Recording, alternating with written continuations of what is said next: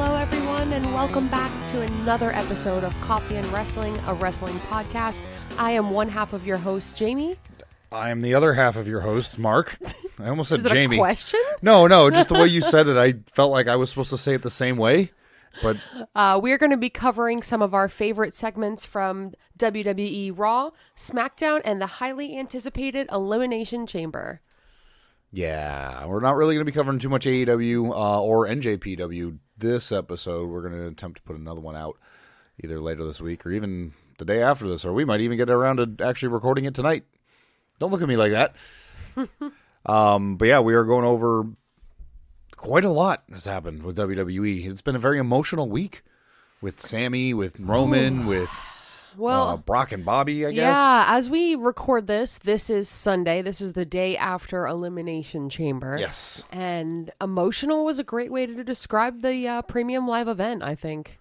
I mean, not just that, but the entire week. Like, Yeah. I mean, we had a lot of. It was honestly, this week was not, because we've always claimed that the SmackDown and Raw prior to a pay-per-view or premium live event is always very lackluster. It's not the best in the world. It's very like the stories aren't really good. It takes a while, and yeah, it just feels like it's cannon fodder to get to the weekend.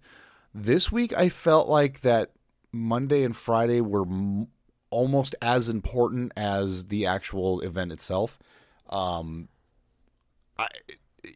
was so many questions still going into the pay-per-view. I'm done premium live event. I'm just going to keep saying pay-per-view because I can't break that habit. Because we've been doing that since we were kids. Oh yeah, I remember being like years. 8 and renting the pay-per-view. You know, it's pay-per-view, pay-per-view. But it really felt like there was like so much up in the air of who's where and doing what and where's everybody stand. We haven't seen Kevin Owens the entire week. Sami Zayn was very sporadic. We didn't really see much of Jay or Jimmy. Right. The little bit we did, Paul Heyman tried to, Yeah, so questions going into the Elimination Chamber were high. You know? And not just that, we also had a bunch of participation with the women's Elimination Chamber participants. They had a bunch of matches between each other, which I thought was kind of weird. Men's not really so much. Well, I guess they did. No, there were a few matches with the men's. So it was really an entertaining week for WWE. It was. All the way around, even leading up to the premium live event. Yeah, and I think a great way to start off this podcast by talking is to talk about Sami. He basically showed up. So what was happening was Baron Corbin was backstage. He was having an interview. I almost said with Lexi Nair, wrong show. Yes. He was having an interview, and basically I think it was Kathy Kelly. I'm not too sure. Yes, it was. Had to cut Baron Corbin off, and she was like, "I am so there's something sorry." more interesting going on. Yeah, I mean, there's something happening in the ring. It looks like it's Sami Zayn. I got to cut to it. So Baron Corbin got cut off. They cut to the ring. It's Sami Zayn. He's in the black hoodie, typical like he's been doing with the last Sami week or so. Zayn over the Uso on the T-shirt, with like a tape kind of thing.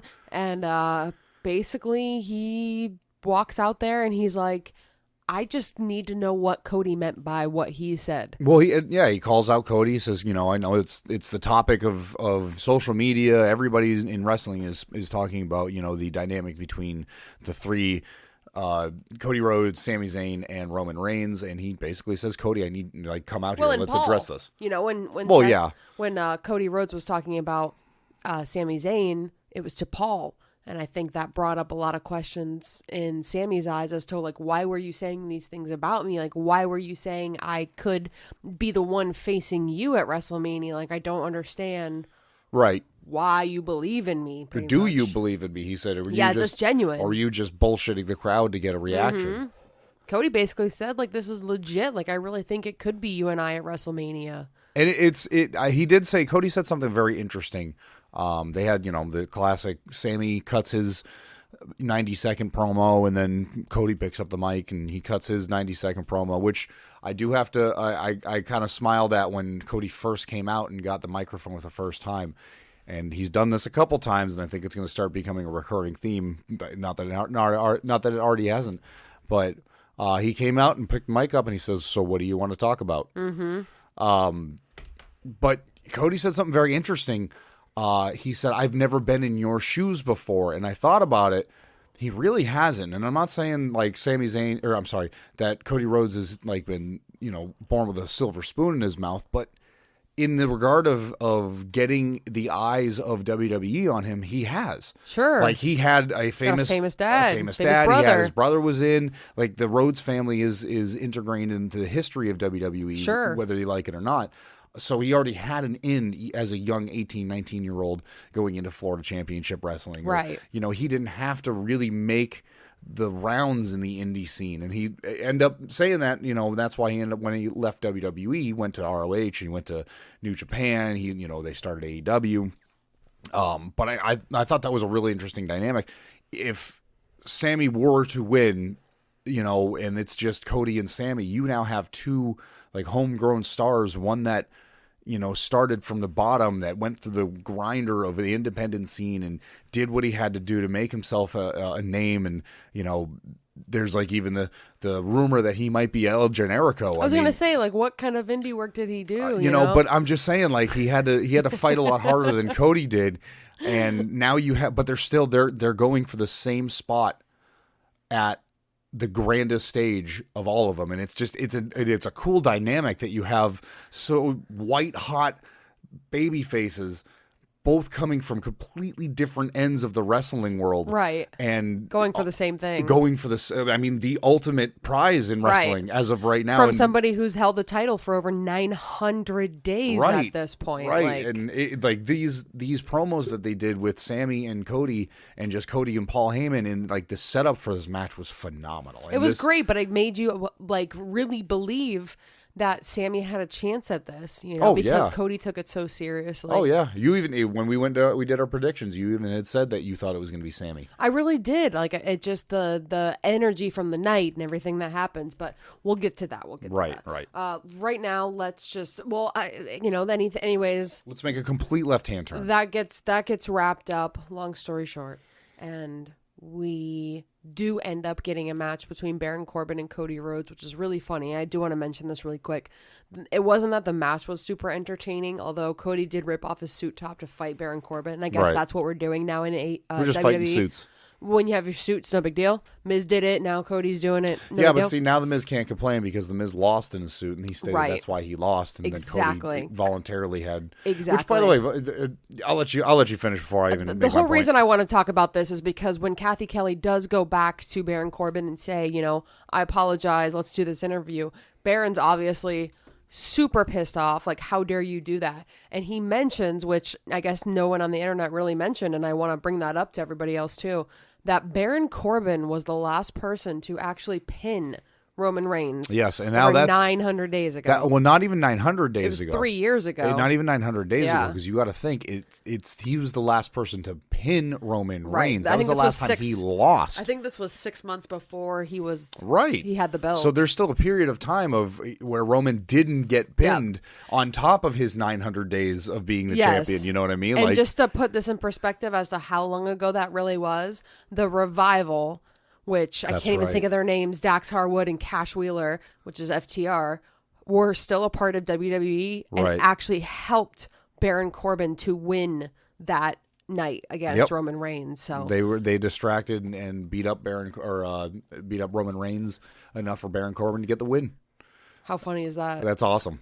Yeah. But I think a lot of people thought that was bullshit, but it actually wasn't. Cody Rhodes dragged Baron Corbin out to the ring, somehow got a ref and said, fuck it, this is a match, whooped his ass for 2 minutes, and I guess, I don't know if we're going back to bum-ass Corbin, or they're just burying Corbin to begin with. Yep. He's been on TV every week. He's lost the support of JBL. I don't know. It could be good, could be bad. Last time they did this with him, he shot up to a fan favorite. They also did this recently with Austin Theory, where they just were making him lose, and he looked like shit, and then all of a sudden he comes back and he looks better than ever. So maybe the people involved can do that for Baron Corbin, because he really is a great wrestler. I just don't know what to expect for his career in WWE, to be honest. Now, this is going to be a mention of something that wasn't a match, and a lot of people probably just laughed at and don't give one crap about. Or they hated it. That's okay, too. But I don't care if you hate it. Personally, I'm a big fan of Maximum Male Models. I think the whole idea with Maxine Dupri is just... Gotta get that roll. Absolutely. That French roll. Yeah, it's just so good. It's so funny when they put them on there. Unfortunately, they usually lose, but just great entertainment. They had a spot, and Maxine had said something about Otis, who's that, oh my God, his physique, last week. So now she finally does have an opportunity to speak to him. Chad and Otis were kind of just standing off to the side talking. Otis was eating a hot dog, and Chad, being Chad, looking the way that he does with his particular physique, says, Otis, like, these hot dogs aren't good for you, So he throws it off to the side. Unfortunately, it lands in, and I get their names confused. Is that That's Mansoor. Mansoor, yes. Mansoor. And it lands in Mansoor's face, and he gets covered in mustard, I think is what we're intending that this is. Yes. Mustard is all over his very expensive glasses. Face? Oh. And face, yeah, and face. I didn't know he had a value to his face. I was talking about the glasses. Oh. But he's absolutely disgusted. Makes a big deal about, laughing at everybody, how disgusting that was. And Maxine says, I've been looking for somebody like you that has a new face and physique for our next campaign. And Chad Gable chimes in and says, I've done modeling before.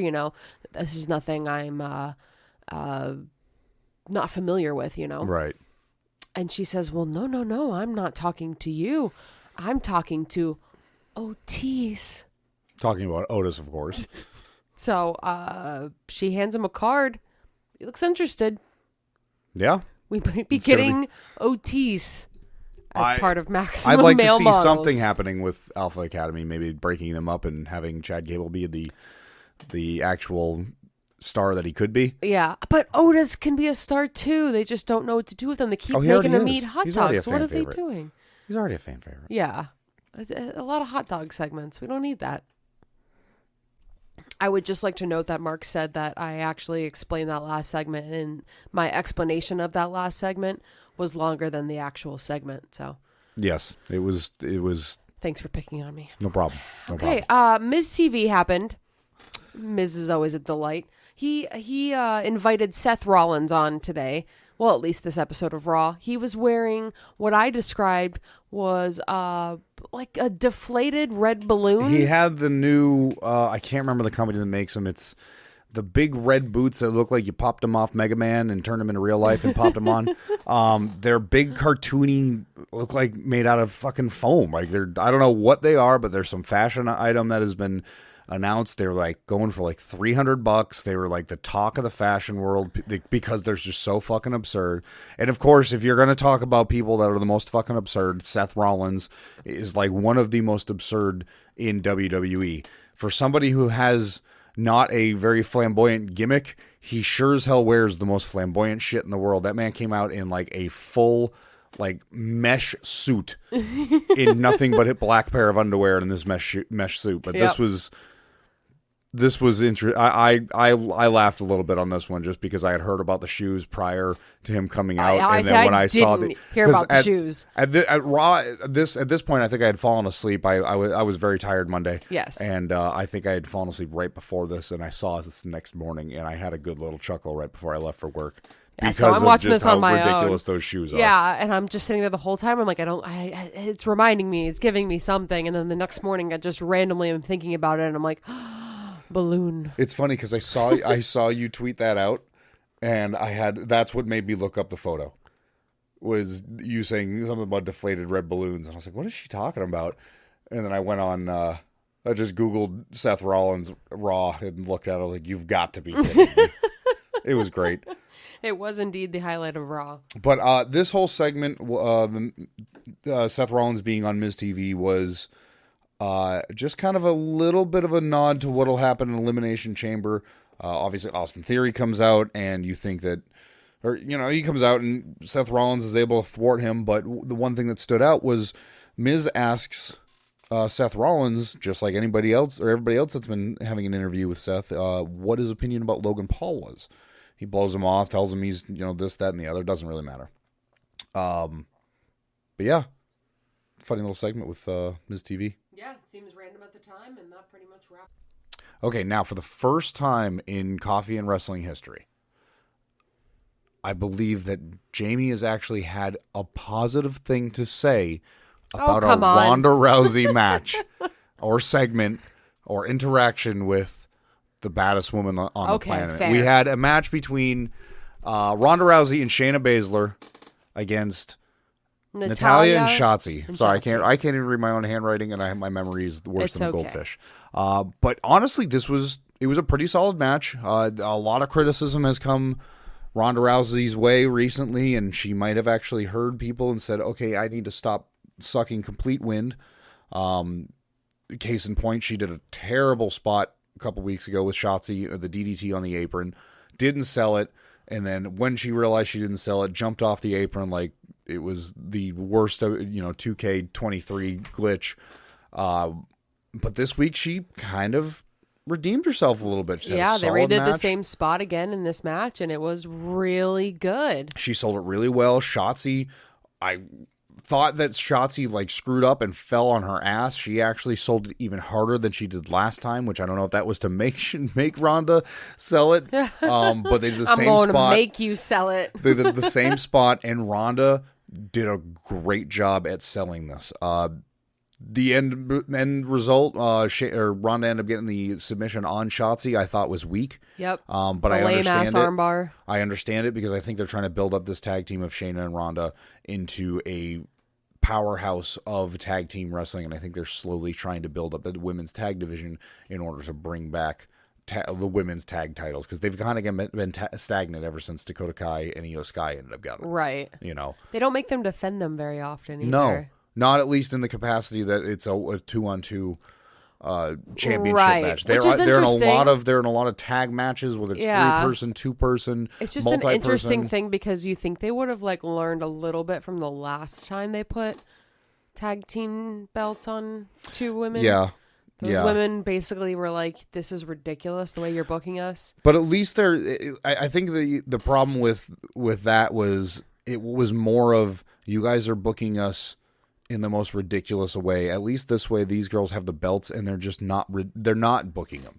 Right. Instead of booking them in bad manners or bad ways. Sorry, bad manners. They just don't book them at all. They just don't book them all. They're like, well, hold on. Well, let's build some stuff up, and it's probably what it was. Like, we need something to do with these belts. Right. If we don't, then they people need are competition. Well, not just that. They need to do something with the belts after Mercedes or Sasha Banks and Naomi ended up leaving. They got to do something because they have egg on their face. Mm-hmm. So they put them on an up and coming tag team, and they go, okay, hold on to these belts for a minute. Let's build this tag team division. Why and while they we're dropped doing it that, to Asuka and Alexa that one week was odd. I don't know. Maybe just to get a little bit of fire behind it to see how it was. They're 2-time women's tag team champions. they've got them. They've got their belts. They haven't done anything with them, and I'm hoping that this is the sparks that start a fire between. Like, maybe we're gonna see Shotzi. Good Lord, Shayna Baszler and Ronda Rousey versus Dakota Kai and Io Sky at WrestleMania for the tag titles. I mean, perhaps they need to put the women's division a little bit, tag division, higher up on the shit to do list. But I think they're doing that now by building up legitimate tag teams. So this match wasn't the greatest match in the world, but it was a solid match with all 4 contenders. Obviously, Natalya is a great performer. Hometown rules. Hometown rules, yeah. Shotzi's good. I've expressed this before. I feel like I should love Shotzi because she's got this thrash metal look. Her name stylized like it. She comes out with a leather jacket, the neon, the spikes. It's right down old 16-year-old Mark's punk rock, fantasy girl. But I haven't really tied to her yet, on an emotional level. So I just can't get behind Shotzi 100%. But she does a great job in the ring. Yeah. And she did a great job tonight. Shayna, I hit or miss with her. It wasn't a great showing of her tonight in this match, but it wasn't bad. Yeah. I didn't have anything to complain about. Mm-hmm. So that's good. All right. As we wrap up a match that we're talking about, like you said, the women's tag team division, the men's tag team division has been really interesting lately because I think they're very much in the same perspective that they only have a couple really good teams that stand out. Unfortunately, one of the teams that does not stand out for me, they're just not clicking. I'm sorry. Hit Row. Hit Row comes out. The music's playing. They say that they're about to do a rap. Have you ever had one of those moments where somebody's doing something and you feel so ungodly embarrassed? Oh, yes. Like you just want to get up and walk away. You're like, oh God. Like I had like my t-shirt like up over like close to my eyes because I was so embarrassed for what they were about to do. Would you like to chime in, Mark, and tell me about how you felt about this particular setup and or their rap? If you've ever been to a local music show or poetry reading and have ever ran into that guy or girl that has just the most like neck cringeworthy music and you just everything in you wants the entire everything to stop. That's exactly what this rap was. Good. That's what I felt awful. Like. It was weird. Crowd was completely on top of them before they even hit the ring. They started rapping, and I think that's what it was supposed to be, but I don't know who Hit Row pissed off. I don't know if there's rumors of Triple H being very unhappy with a lot of people that's returned, and I don't know if this is one of them, but my God, these 3 people I don't know how they still have contracts. I don't know how they let Samoa Joe go, but they have these 3 as rehires. I don't know what they're doing with Hit Row, but I feel like just getting out of your contract and not being in the public eye of WWE is probably in their best interest because they are shitting on I them. know nothing about Hit Row post like their first round of WWE. Like I don't know anything. All I know is that Swerve was a part of it. And that one day they went to go check their schedules and all of them weren't on it. They were fired. They should have stayed that way. Yep. B-Fab was fired and then slowly everybody else got fired.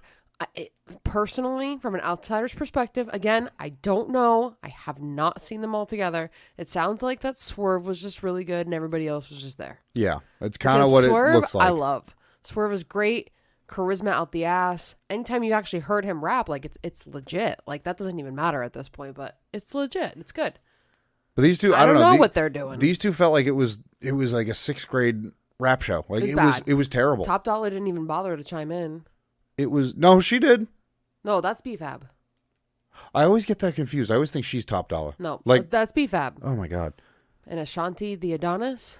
I hope that I feel like he's the only one that has hope in that group. Agreed. But at the same time, he doesn't do anything in the group. There's nothing special about his wrestling. And I hate to say it because I really try to be positive and appreciate everything. But these guys just don't do it for me. So when Bray doesn't do it for Wyatt's the WWE Universe either, apparently. When Bray Wyatt's logo was like flashing and there was like hints that something was going to happen, I was like, oh man, they're about to get squashed. And Uncle Howdy and Bray Wyatt, they came out. Lights go out. Classic dark broody faction behavior. The lights go out, lights come back up, and you have Bray Wyatt and Uncle Howdy on both sides of the ring. Bray Wyatt wearing a mask. Yep. He ends up stripping the mask off, and of course we're all like, all right, Uncle Howdy, it's your turn. Yeah. No? Okay. Psych. They jump into the ring. They both nail Hit Row over the head. I'm sure B-Fab went running off. They hit, I think it was Ashanti with the Sister Abigail. Mm-hmm. Or Uncle both. Howdy's mask goes, so yep. You thought maybe it was going to accidentally unpeak. And then they disappeared. That was it. And that was it. Oh, no, I'm sorry. Let me backtrack. Bray Wyatt gets a microphone and basically calls out the winner of Bobby Lashley and Brock Lesnar. Whoever wins, you should run. And I thought about that all of Friday night. I was like, who's going to win that? That's a really weird thing. Brock or Bobby is going to be facing Bray Wyatt.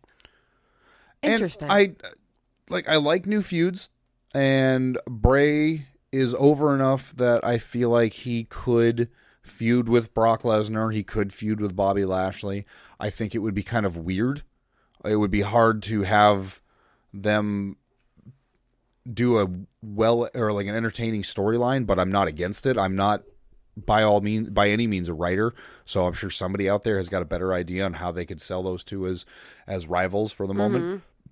It was very interesting. It was, but at the same time, it was like, okay, I could get around this idea if the winner of this match had some stipulation, like it was a championship match. It was a I don't even know. Number one contender match. Number one for contender match. Thank you. or- Like, yeah, something like something on the line. This is just a grudge match What a between the two random guys. thing. Just And- it's the rubber match. and Neither one of us also- put our phones on. Just do not disturb. Good God. But also, like, I don't care who wins this. I'm gonna fight you. Like, but why?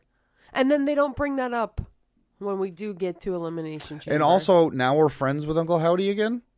Didn't Yeah. Uncle Howdy hit you with his sister Abigail in front of LA Knight? He did.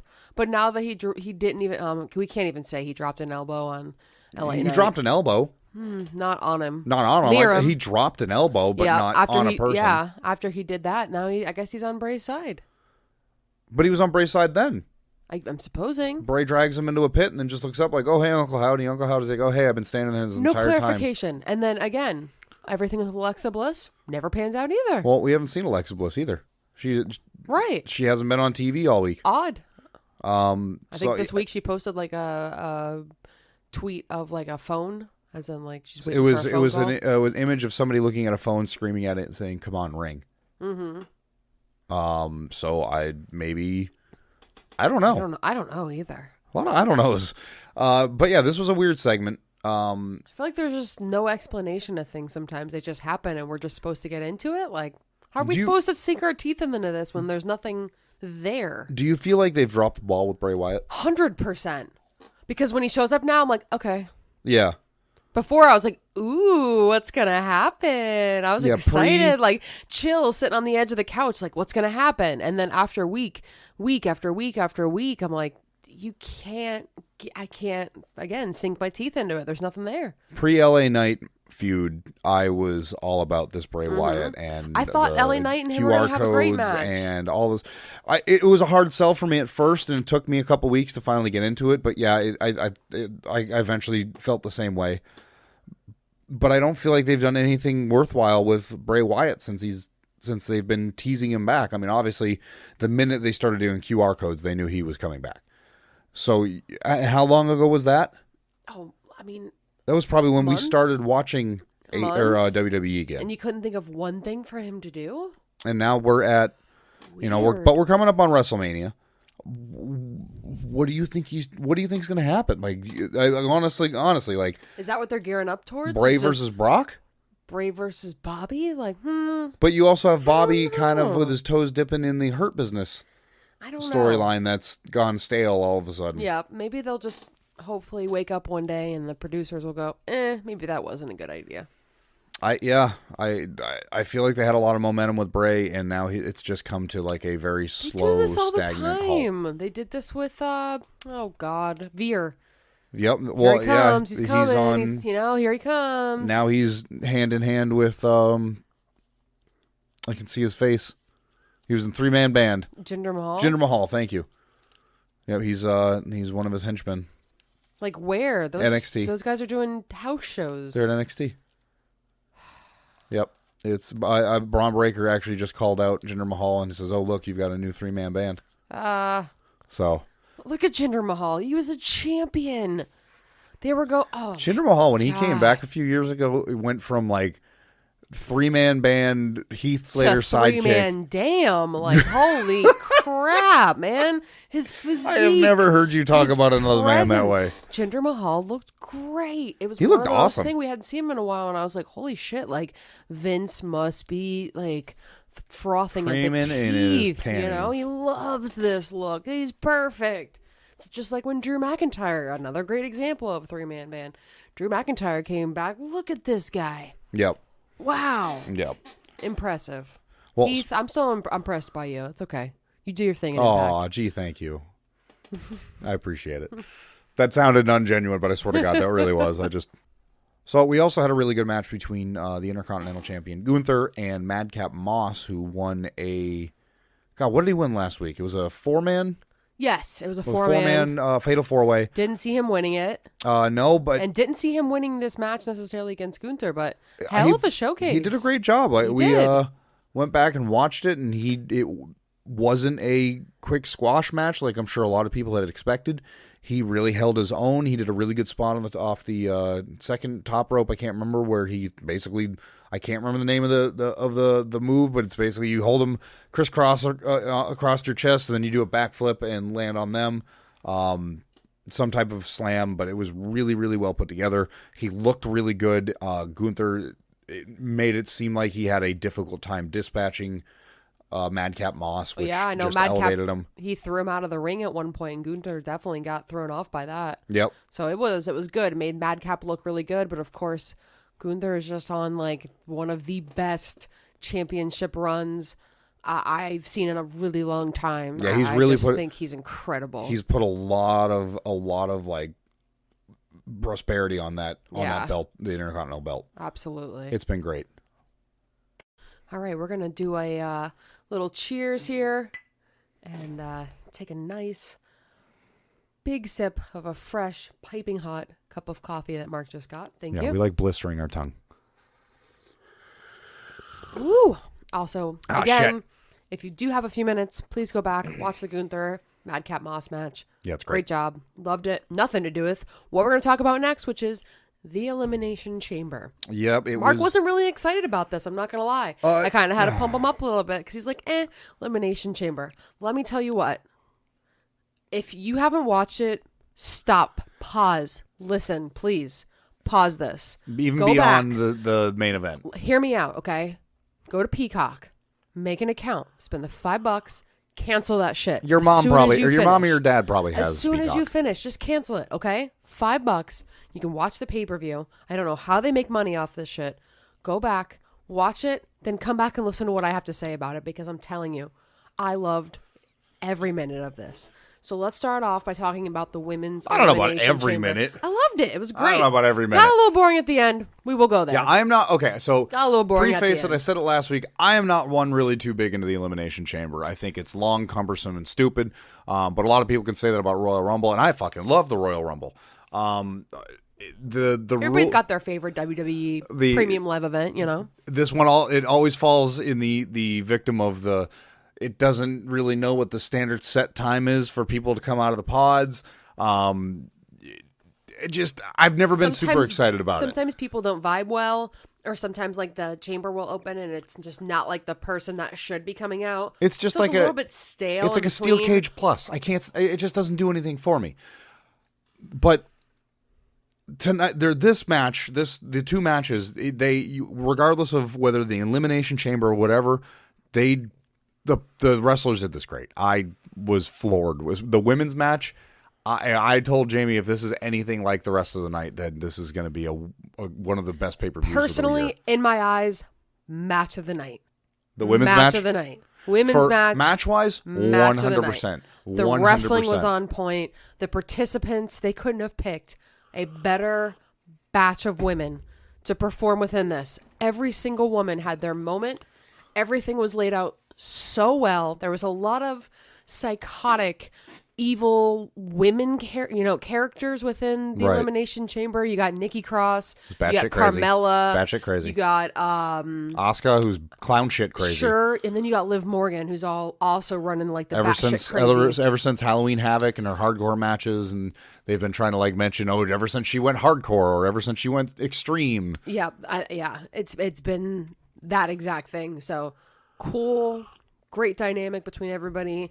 I think it's really neat when everybody kind of came out and intimidated the other women that were within the boxes and then got in. The men didn't really do that as much, but the women really took the time. They went around to walk out and look at everybody, and like Nikki Cross was selling it on the ground like crisscross applesauce in the middle of her pod.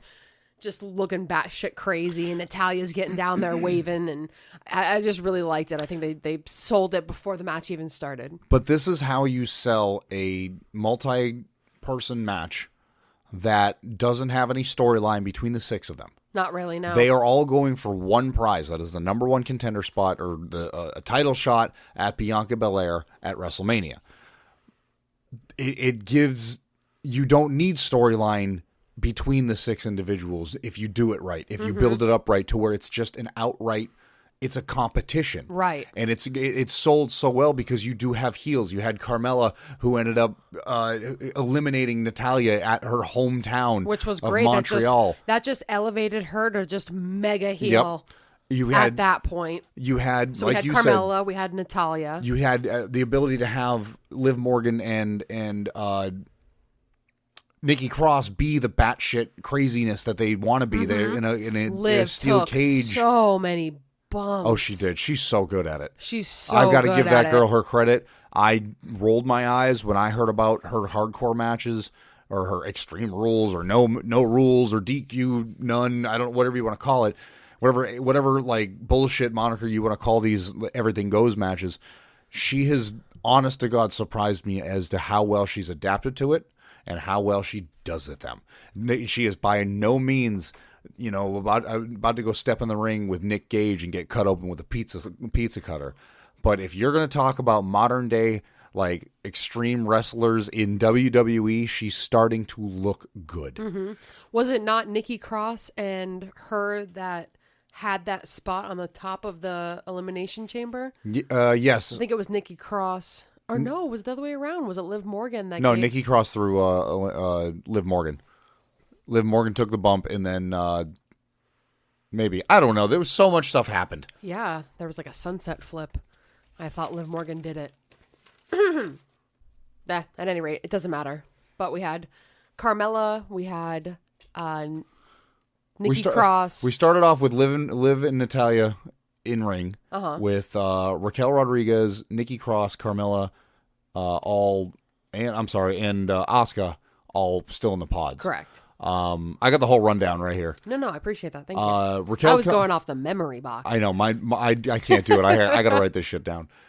You've got, like I said, Liv and Nat were in there. Raquel came out. Nikki Cross came out. Then Carmella came out. Raquel actually eliminated Nikki Cross right before Asuka comes out. Natalya and Asuka had that double submission on Liv Morgan, which we were fucking popping for that. Yeah, they had the sharpshooter. Was insane. Natty hit the sharpshooter, and she was not giving up. And Asuka rolls over and hits like this nasty armbar, and they don't even make her tap. They make her pass out. And I know I've been critical about people passing out, but AEW does it once a night. WWE does it never. And WWE never does it with women. It was with two people hitting a submission on her. So the ref calls for it, and Liv Morgan's eliminated by knockout, whatever, TKO, whatever you want to talk about. We also had Carmella then shortly after eliminated Natalya with a super kick and a pin. And like I said, in her hometown.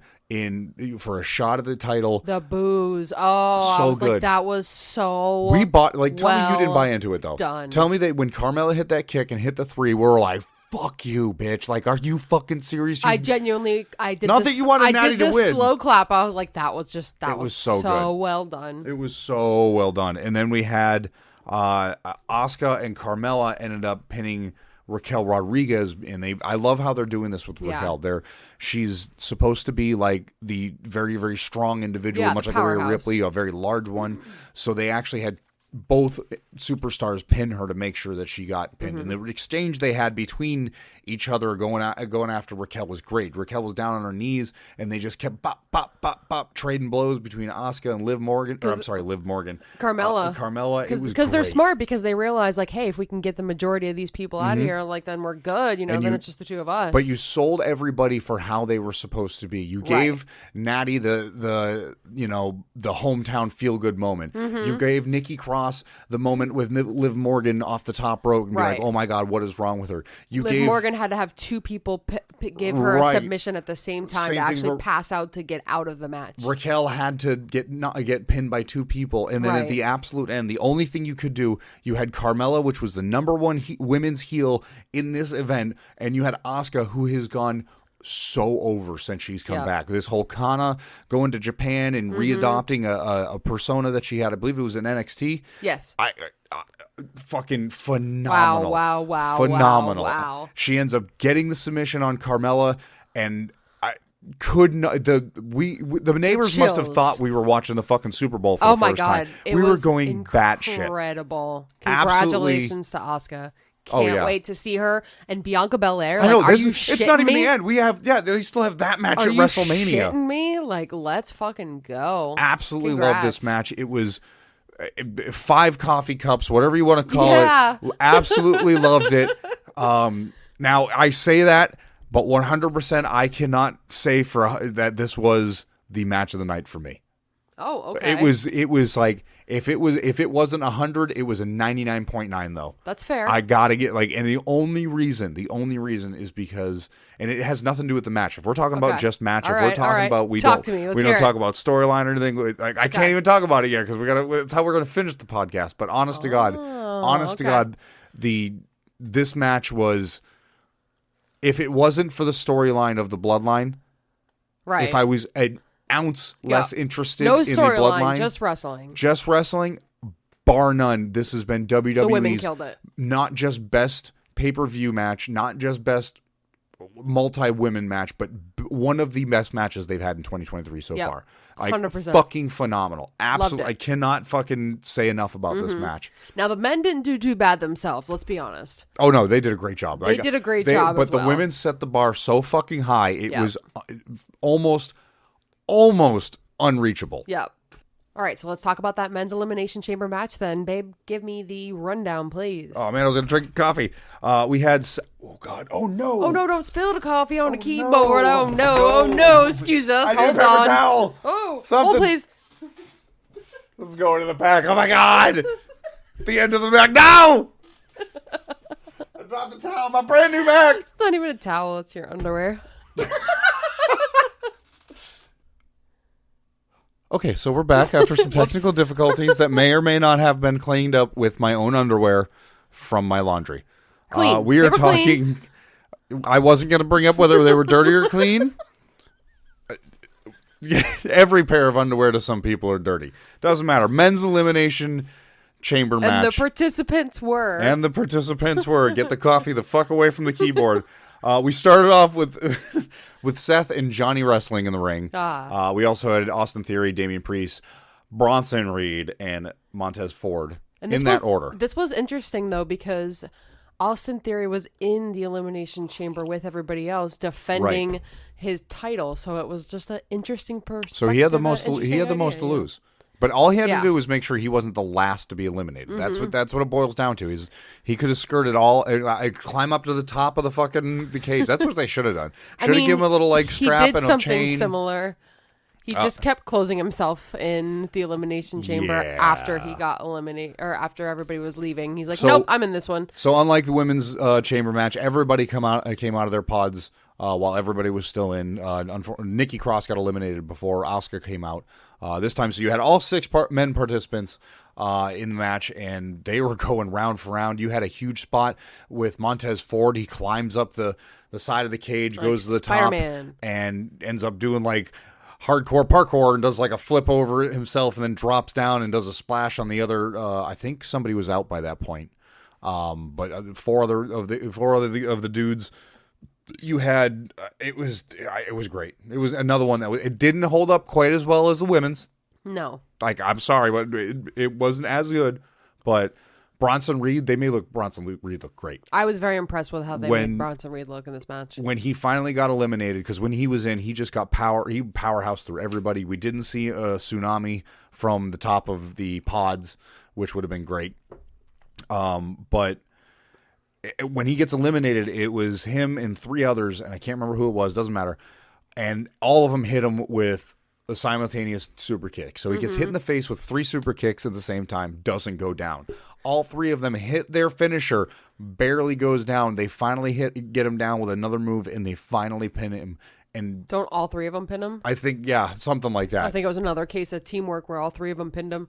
It was, 3 finishers, 3 super kicks, and 3 pins. It really was. It was just everybody was working together on both sides. Same idea with Raquel being the bigger girl in the match.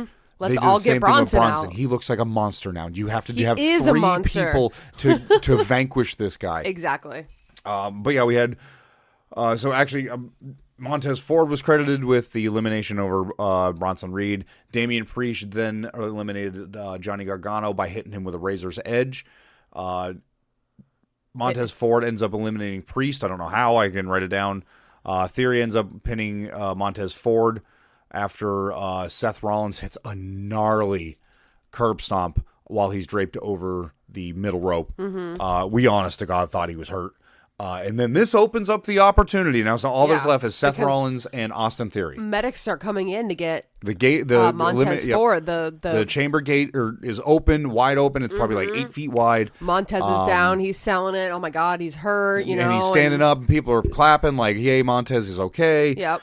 It was definitely at this point you were getting sketched out. You're like, the door's open. Door's open. Well, I started looking. And I'm like, oh, obviously, and I hate being a wrestling mark, but obviously he was fine because they didn't have any actual medical professionals in there. They didn't have a board in there. He got It was a bunch of referees and guys with collared black shirts with WWE on them. They stood him up. He's like, he's holding his head and waves and kind of wobbles out, and they've got 6 guys helping him out. But the entire time, the cage door is wide open. And out of the blue, honest to God, didn't see it. Nope. I didn't hear the crowd. Fucking Logan Paul comes diving into the ring and starts attacking Seth Rollins. Hits him with a buckshot lariat. The buckshot lariat that this man can do. Fuck you, Logan Paul, with your buckshot lariat. He's the only other guy that can pull this off. Yeah, for sure. Like, for real. Pretty bad when Logan Paul's hitting moves better than CM Punk. That's a whole different But he comes in, hits Seth Rollins with the buckshot lariat, jumps back out, does something else, and then jumps back in and ends up hitting him, I think, with a curb stomp. Yeah, he has a curb stomp, too. But he's just ripping off everybody's moves. I think right there, that's the final nail in the coffin. We're going to see Seth Rollins, Logan Paul, WrestleMania. We're going to see Logan Paul again. I don't care. It's going to be entertaining. It's going to be entertaining. Give it that. 100%. 100%. That's what this is. Sports entertainment. It's going to be as much as I hate the guy, as much as I don't agree with having him as a wrestling I agree. personality, as much as I don't like seeing him in the WWE, it's designed to be that way, and they finally have grasped onto that concept. They just had him bury one of their baby faces. It's going to be great. It's going to be a good match. I think Logan Paul has the capability of doing... God, I can feel the bile rising in my throat as I'm saying this. I feel like Logan Paul can have his WrestleMania moment and give Seth Rollins a WrestleMania moment and have it to be done as long as it's done right. So far, he's been doing a really good job with these big moments at the premium live events. He has. He's done a phenomenal job. And again, I am fighting my breakfast. I know. I don't want to admit it, but it's entertaining. So I don't hate it. This opens up, it basically takes out Seth Rollins and it opens up Austin Theory, ever the opportunist, ever to be the one who, he is the future, he is the now, gets the pin on Seth Rollins after hits him with the A-Town down. Yep. Seth can take it. Yep. Obviously he can. This is setting up that match, and we have Austin Theory retaining his title. Probably the right move. I was sad because I wanted Montez to win. Let's be real. Of course. I wanted Montez to be able to have his singles moment, but I think I don't think it's ready yet. I think that's something that's brewing. Yep. And I had to tell myself a couple times that this is just part of the story, and it's not their time yet. Just push Bronson Reed to the top of the pile of powerful new guys in the business. But he's not a new guy. And if you don't know about Bronson, go see what he's been doing since he was in WWE last. Right. He is a powerhouse. Right. I'm glad they're working on establishing that in this promotion. I felt like Johnny Gargano did well in this match too. He did.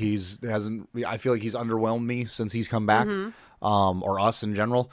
But I think he did a great job in this match. Damian did good. The Razor's Edge was really good. Damian always does well. There was a mention that his idol is Razor Ramon, which is cool. Didn't know that. Actually, I did hear about that, and if I remember right, he actually gave Damian Priest the thumbs up on go ahead and use that as your finisher. So that's got to be awesome. That's got to be great for some of these guys that are in wrestling that they idolize this person, like Razor Ramon or even Diesel Ronda Rousey, Oh yeah, for sure. Roddy Piper, holy for sure. shit, that's no one to You passing the torch. That's no one, yeah. Taker and Bray Wyatt's a good one too. Absolutely. So the men's Elimination Chamber match was a real good match. Austin Theory retains. Who knows what we're going to see with Austin Theory? Hopefully he's done with Brock Lesnar, Bobby Lashley, and Seth Rollins and all that whole thing. But looks like it. That'll lead us into. We're gonna just do a quick mention. We're not gonna cover too much on it. There's much to cover. Brock Lesnar and Bobby Lashley. That was happened. weird.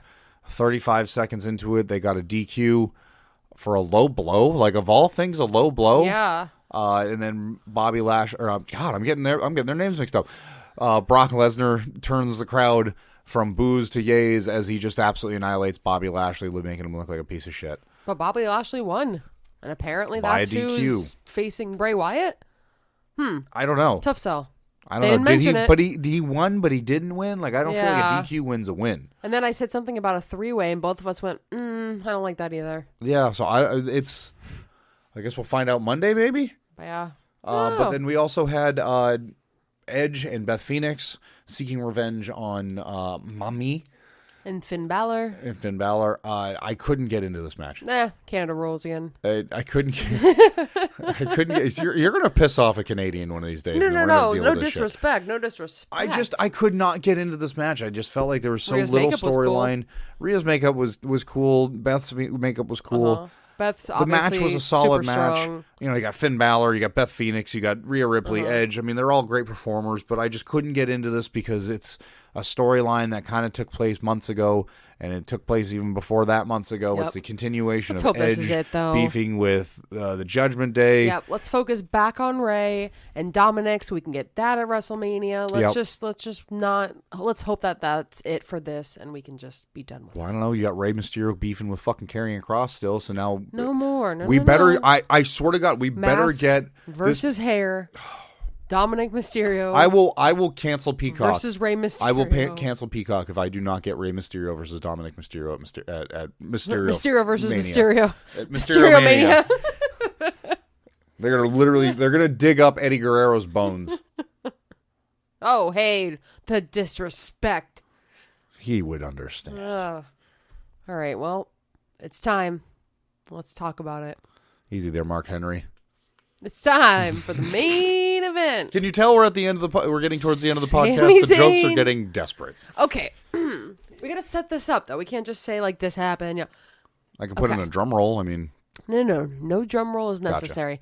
You just don't understand the vibe that's going on when Sami Zayn and Roman Reigns come out to the ring.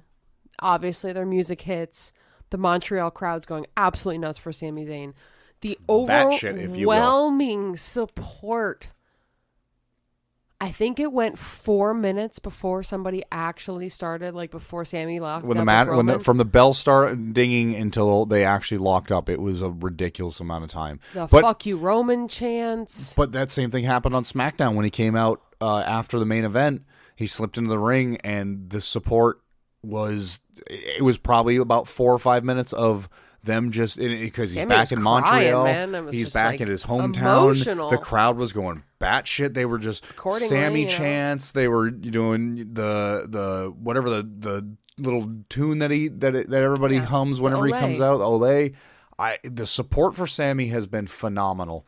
And again, I've said it I say it ever since we've been talking about the Bloodline, but what a homegrown, like, they took WWE really found like a natural forming face, a fan favorite face, you know. And they showed the progression. Like, they showed it. There was a part 1, there was a part 2. They teased like, it the entire way week, they the did entire the show, the Elimination entire Chamber. pay-per-view. Yeah, they like showed how like Sammy got established with the Bloodline, how Right. he should believe in him and trust him, and he can help, and he's an ally, and Mm-hmm. all of it. It was just like, wow, it sold it. Sammy's family's there. Like, I just can't even describe to you like the overwhelming feeling when they finally do lock up and this finally does happen. Roman must felt so uncomfortable. Oh yeah, he had He to have. looked like it, and He had to nobody's on his side. Just the wise man, Paul Heyman. Paul Heyman was the only one to show up. Jay's not there. Jimmy's not Nope. there. Solo's Solo's not there. I haven't seen Solo at all lately. No one's there. You know, we were under the impression that everybody stayed home, Yep. just like Paul had asked. Now the match was not very long. It was like maybe 15, maybe not even 15 minutes, maybe 10, 12 minutes. Yeah. Did it only go that long? Including the time that they were just standing there. Wow. And it really was just a spot fest between the two. It was Superman punches, it was spears, it was power Sammy was bombs, it was Roman with his own moves. yeah. He's like was doing he's kind of adopted his moveset a little bit. Yeah, he was doing the Superman hit punches. the hell of a kick. Hit. These guys went outside the ring. Like the match was a good match, but the match was not what people were tuning in for. No. The match was just the story leading up to the end of the story, and lo and behold, even though you and I were both still questioning it, going into when the bell rang, not knowing who's going to win, Roman Reigns ends up getting help from Jimmy. Shows up. He shows up. The ref gets knocked out. Jimmy shows up and attacks Sami. He gets knocked out. But even that. Okay, no big deal. Jay shows up. We're losing it. Like What's we're going he gonna nuts. do? We're going nuts. Like, first is he off, going to help okay, Roman? Is he fourth going to wall. help Sami? Is he going to do nothing? But fourth wall, though, nobody expected him to show up because it's Canada. It's a different country. Yeah. He has You have legal to- issues. Yeah. Everybody assumed that Jay was going to have problems getting into the country, and that's why they were writing off the Usos so they didn't have to deal with it, or So they him couldn't even get him in showing there. up in the first place was like, holy shit, I can't believe this is happening. But then it like set in, like, what's he going to do? And going back to the promo between Sami and Roman, the day Sami turned on Roman hands the chair to Jay. Mm-hmm. He has a chair in his hand. He turns Paul his Heyman back. gets a chair, Classic. hands it to Jay, and does the same thing he did to Sami. Starts talking shit and walks a few steps forward. And Jay's standing there with a chair in his hand, with his cousin's back to him, the tribal chief's back to him.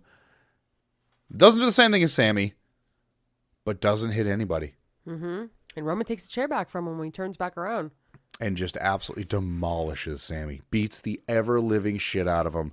6, 7, 8, 9 chair shots. Hits him for one more spear and gets the 1, 2, 3. And I'm screaming for Kevin. Where's Kevin? Yep. It's Montreal. Where's Kevin? And Roman Reigns is still your undisputed WWE champion. And we're going to see Cody Rhodes versus Roman Reigns at WrestleMania. What a shame. Now, Kevin Owens does come out. Yes. He does come After save Sami the because match. he's going to get absolutely murdered After by the these match. men. And again, this is where I'm talking about earlier in the week. I have to just believe this is part of the story. Something bigger is going to be happening. Something better is planned. They've been doing this for months. I'm just in for the ride. I'm trying not to be bummed out. You had questioned why KO wouldn't have come out to help Sami when everybody was down and they had the Usos in there. Yeah. I argued that I believed that this was Kevin Owens' way of looking at Sami and saying, you didn't need my help before. You don't need my help now, and this is what you get. He went out before when the match was over, that's when he went out for the save. Mm-hmm. He said, enough's enough. You've got your lumps. You lost. I told you from the beginning. Yep. There's no need to get you any more hurt. Yep. You've got the point's been made. Yep. And as he walks back, they're both looking at each other like with this kind of understanding, like it's fucking over. This bullshit between us, it's done. Mm-hmm. Good, bad, or indifferent. Where are set we back going to with 0. this? I think I know. I think we're going to be seeing a tag team run between these two. Run between these two? But They work well together. Obviously, they're best friends That's going to be a great life. story as well because you have the Usos having such a strong relationship with Sami, and now Jay and also Sami hit Jay with a spear. Roman moved out of the way, and he hit Sami hit him with a spear. I forgot all about that. So, Roman Reigns is still your guys. Universal Champion. Sami Zayn, unfortunately, fiery hot baby meat. But let me tell you what. Great. He still won last night. Right. 100%. He still won. His family, his wife, everybody was so excited. The overwhelming chants from the crowd, the presence, just... Sami Zayn won. 10 out of 10. For real. He is... The story is love there. Him. The story's there, guys. Just let's hold on for a little bit longer. Well, we're going to have to. I haven't looked up anything that's happening this week. We also had AEW, Dynamite, and Rampage that we will be going over, as well as NJPW Battle in the Valley. Yep. I haven't finished it yet. No. But that is going to do it for us on this episode for WWE Raw, SmackDown, Elimination Chamber. Overall, Elimination Chamber was a win for me. Yeah, 100%. the week was a win. The week was a win. Phenomenal. Elimination Chamber was a the two matches, the Brock Lesnar and Bobby Lashley and the Beth Phoenix Edge and Judgment Day didn't do much for me. I'm sure it did something for somebody else. I know a lot of people love Brock, they love Bobby, and they love Judgment Day. But and I Edge think this helped Beth. Asuka. Obviously, she's going on to face Bianca at WrestleMania. This definitely helped Austin Theory because he's just establishing his championship reign. Right. And obviously, this is Roman Reigns succeeding and going on to WrestleMania as well. So I think it helped a lot of people. I think it was some great entertainment. But the island of relevancy lives on. All right, that'll do it for this episode of Coffee and Wrestling, a wrestling podcast. Thank you so much for joining us. You can follow us on Twitter, Instagram, YouTube, Facebook at CAW Wrestling Pod. We live tweet every WWE Raw, SmackDown, Dynamite, Rampage. We try to do every pay-per-view NJPW event we can. You can follow me at Gunk Dudley. And don't forget to follow me at A Bacon Party. Make sure you take a screenshot of you listening to us and tag us on social media, whether it's Twitter, Facebook. We will shout you out on the podcast. We also take all the podcasts and turn them into videos and post them up on YouTube. So if you don't have really podcasts or you're not into a podcast, software kind of thing, you still want to listen to us, pop us up on YouTube, youtube.com/@CAW Wrestling Pod. Thank you so much for listening. As always, we really appreciate it. We will catch you on the next episode of Coffee and Wrestling, a wrestling podcast.